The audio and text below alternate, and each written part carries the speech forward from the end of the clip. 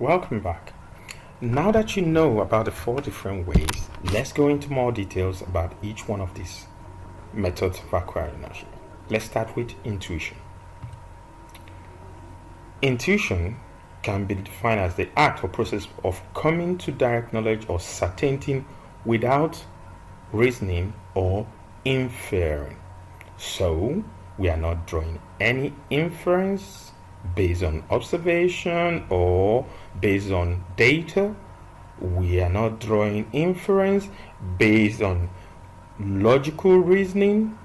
We are just coming to conclusion, coming to direct knowledge or certainty without using any of this. Like I said earlier, more of gut feeling, what you think or what you feel. There is no proper logic underpinning this certainty or this acquisition of knowledge. So it does not provide any proper mechanism for which you can separate what is accurate from what is inaccurate. For example, I feel that it's going to rain today. What am I putting? What informed this conclusion? I just feel it. This is not backed up by any evidence, so I do not have any evidence to back it up. I just feel. That makes it difficult now, since there is no mechanism for which we can say whether what I'm feeling is wrong and what the other person felt is right. So this makes it a little bit tricky to use. However, sometimes in science we do use it when we are formulating hypotheses. It's just that we use it to formulate hypotheses. It doesn't mean that we use it to now draw conclusion. Hypotheses are propositions, and we're going to get into that. They are tentative statements that we must have before we commence our research.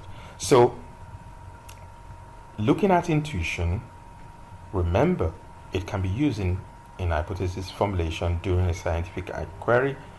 However, it does not provide a basis for which it is possible to separate what is accurate from what is not accurate. So, while it is good, you have gut feeling, it might work sometime, it might not work in the other times.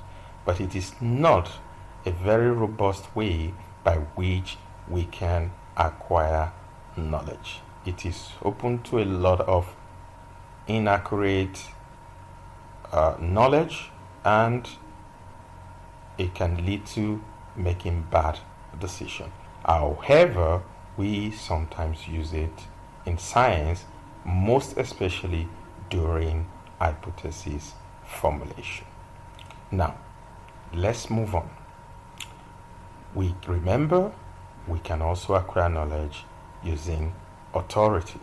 So, what does that mean?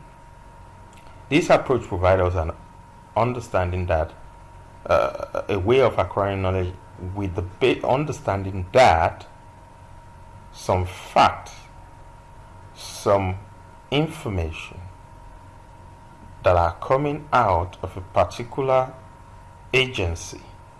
For example, it could be somebody who's an expert in the field.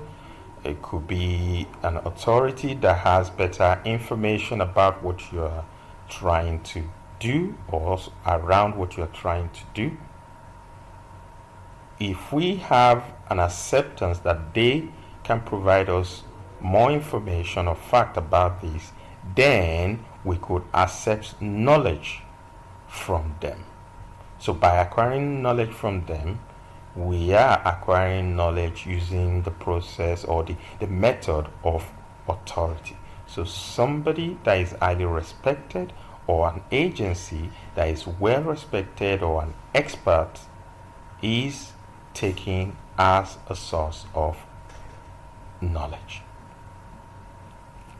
However, we should know that at times, even those we consider authority might have inaccurate information or inaccurate knowledge about the whole situation. Their knowledge may be incomplete.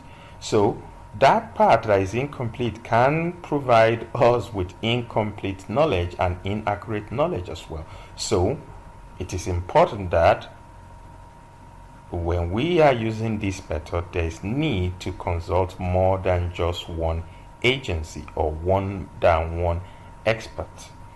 In science, however, we do use this in our literature review. We read about what others have done and we base our a report in terms of how should we design our research, how do we interpret our research, how do we carry out the research. We base that on what other people who are who are probably pioneer in that field, who have done research in that field, we base our knowledge on their own.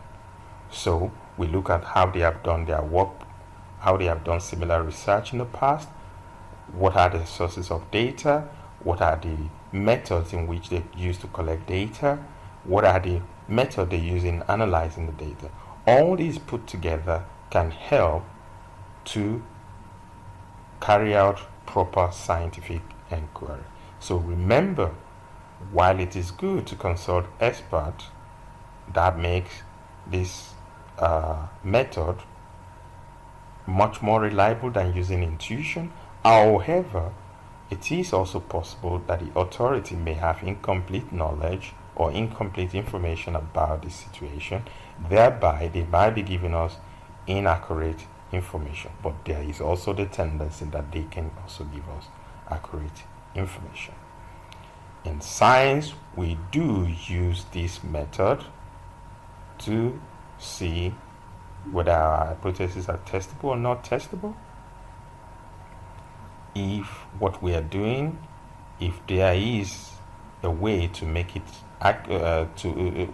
is there a practical way to approach what we're trying to do within our scientific inquiry in terms of the research design, the data analysis, the interpretation of the data. So this is how authority plays a role in scientific inquiry and some of the challenges of using this method.